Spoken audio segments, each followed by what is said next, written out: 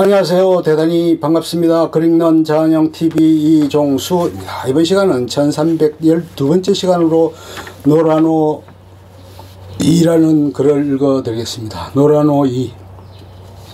인형의 집을 뛰쳐나간 노라처럼 자서전 노라노 열정을 디자인하다. 황금 나침반에 소개된 그녀의 인생은 19살까지만 순탄했다. 부친 노창성은 일제강점기에 경성방송국을 창립한 주역이고 모친 이옥경은 경성방송 초대 아나운서다. 인천 세관장으로 영친왕 영어교사까지 지낸 외할아버지가 무남동녀인 어머니에게 물려준 재산으로 노라노는 유복한 성장기를 보냈다. 그러나 경기여고 졸업 후 장교와 결혼 1년 만에 이혼하며 그녀의 인생은 달라진다. 노명재란 이름이 노라노가 된 것은 상징적이다. 입센 희곡 인형의 집을 뛰쳐나온 노라처럼 나도 내가 진정으로 원하는 삶을 살고 싶었어요. 1947년 그는 미국 유학길에 오른다. 당시만 해도 이혼은 여성의 최대 수치여서 도망치듯 한국을 떠났다. 낮에는 디자인 공부하고 밤에는 공장에서 미싱을 돌리며 주경야독한 노라노는 프랭크 웨건 테크니컬 칼리지를 졸업하고 돌아와 1952년 서울 명동에 의상실 노라노의 집을 연다. 1956년 서울 반도 호텔에서 열린 한국 최초의 패션 쇼는 노라노의 것이었다. 1970년대에는 기성복에 도전을 한다. 1979년 한국산 실수로 제작한 노라노 기성복으로 뉴욕의 메이시 백화점 15개 쇼윈도를 점령한다. 자서전을 보니 우리나라 최초 아나운서였다는 어머니가 정말 미인이시더군요. 그래서 어머니를 알고 있는 분들은 딸들이 하나같이 못생겨서 놀라곤 했답니다. 우선 패션을 생업으로 삼은 것에 어머니의 영향이 있었을까요? 아마 우리 어머니가 양장을 거의 최초로 하신 분일 거예요. 수성국민학교 앞에 불란스 여자들이 하는 양장점이 있었는데 어머니가 옷을 거기서 맞춰 입으셨죠. 어머니 몰래 옷을 입어보고 구두를 신어보는 게 제 낙이었어요. 4학년인가 5학년 때부터 내가 직접 미싱으로 옷을 만들어 입었어요. 어머니가 당신 치마를 뜯어서 딸들 브라우스를 만들었는데 재봉틀로 대충 박아서 해주니 마음에 안 들었죠. 그때는 여성 잡지 블로그로 옷 패턴이 들어있어서 그걸 가지고 혼자 배웠어요. 어느 날 프린트된 린넨 마을 어렵게 구해와서 주름 스커트를 만들었는데 몇 번 신나게 입고 다니다가 물에 빨았더니 확 줄어들어요. 나는 한번 세탁한 뒤 옷을 만들어야 한다는 걸 그때 배웠습니다. 웃음. 일본 위안부로 끌려갈까봐 서둘러 결혼했다가 1년도 왔는데 일어납니다. 혹독한 시집살이 때문이었다고 해도 쉽지 않은 결단이었을 텐데요. 집안의 부끄러움이었죠. 갈 데도 없어서 친정집 식모방에서 3개월을 살았어요. 동네 빠르면 돈이 있어야겠다 싶어 미군정 취직을 목적으로 그날부터 영어 공부하고 타이프 치는 법을 배웠지요. 운 좋게 군정청 보건후생부 말단 사무원으로 취직을 했고 얼마 후에 외환은행으로 옮겼다가 내 재능이 패션에 있다는 걸 깨닫게 된 거예요.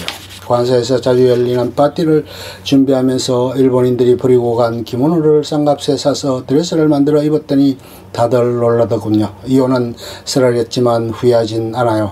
가정을 못 지켰다고 지탄을 받았지만 그 덕분에 나는 더 넓은 세계로 나갈 수 있었으니까요.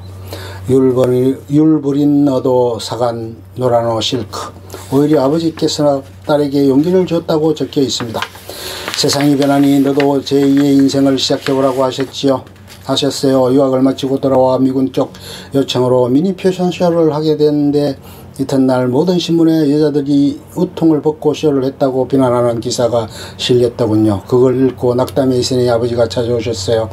이 정도 가지고 마음 상할 거면 그만두라고 혹평이 자신을 빨리 알리는 길이라고 하셨지요. 미국에서 살아도 됐을 텐데 왜 굳이 한국으로 돌아왔습니까? 그렇지 않아도 미국 친구들이 붙잡았어요. 한국은 곧 전쟁이 날 거고 빨갱이 세상이 될 테니 가지 말라는 거예요. 그런데 나는 미국이 불편했어요. 우리와는 하늘과 땅 차이로 사니 여기서 산다는 건 나를 기만하는 일이라고 생각했죠. 그런데 한국 돌아보니 패션 공부한 게 후회가 되더라고요. 웃음. 차라리 의사 공부를 했으면 전쟁에서 다친 부상병을 살리기라도 하잖아요. 그래서 전쟁통에 육군병원에서 모르핀 구하러 다니는 자원봉사를 했어요. 영어를 할 수 있으니까 미군 부대에 가서 눈물로 구걸해 왔지요. 전쟁 후에도 식량이 없어 굶는 사람이 태반이니 그때는 또 농업을 공부했으면 식량 정산하는 데 도움이 되지 패션이라는 게 도통 쓸 데가 없더라고요. 웃음. 미국 메이시백화점 쇼윈도를 노란 옷으로 채웠다는 이야기가 흥미로웠습니다. 미국에선 실크가 굉장히 비싸서 상류사회에서나 입었지요. 그 가격을 끌어내려서 일반인도 입을 수 있게 만든 게 노란 옷이었어요. 유학시절 공장에서 일하면서 파워미싱부터 프레싱, 다림질까지 공정을 섭렵한 덕분에 내가 패션은 아주 잘 만들었어요. 실크를 조금 사용하고도 맵시 있는 브라우스와 스커트를 만들어내니 미국인들이 열광하더군요. 이탈리아 실크 드레스가 $500면 내 옷은 $150였으니까요. 배우 율브린너가 여자친구한테 선물한다며 우리 매장에 와서 옷을 사갔답니다. 웃음.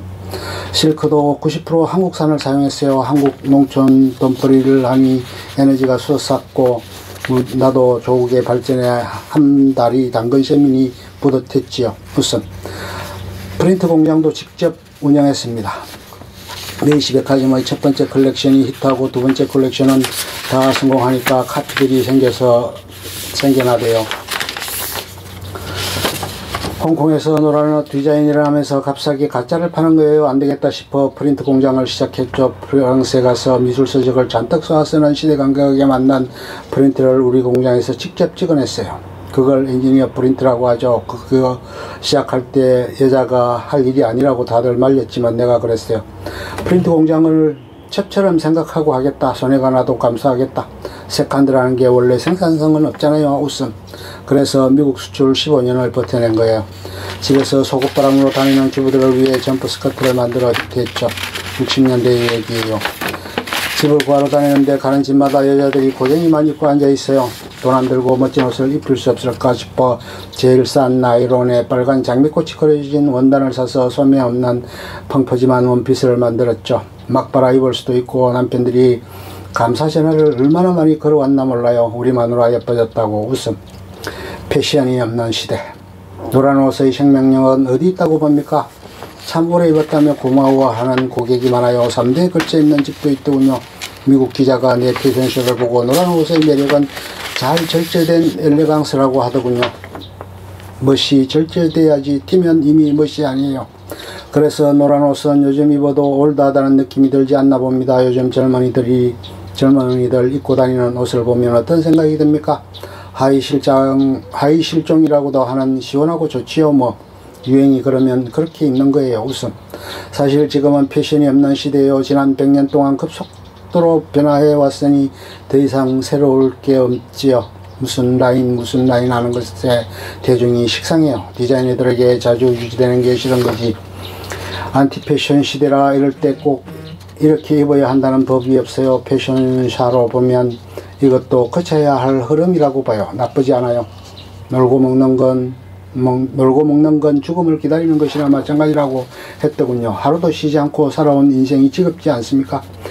제주가 열심을 못 따라가요. 왜 정열을 가지고 했느냐면 패션을 두고 밤낮 사치품이라고 꼬나보니까 내 마음에 상처가 됐어요. 그래서 열심히 했죠. 60년을 쉬지 않고 일했다는데 큰 자부심을 가지고 있어요. 샤넬도 88세까지 작업을 했다지만 그녀는 은퇴했다가 70대에 복귀한 거니까 일한 시간만으로는 내가 샤넬을 앞지른 셈이에요.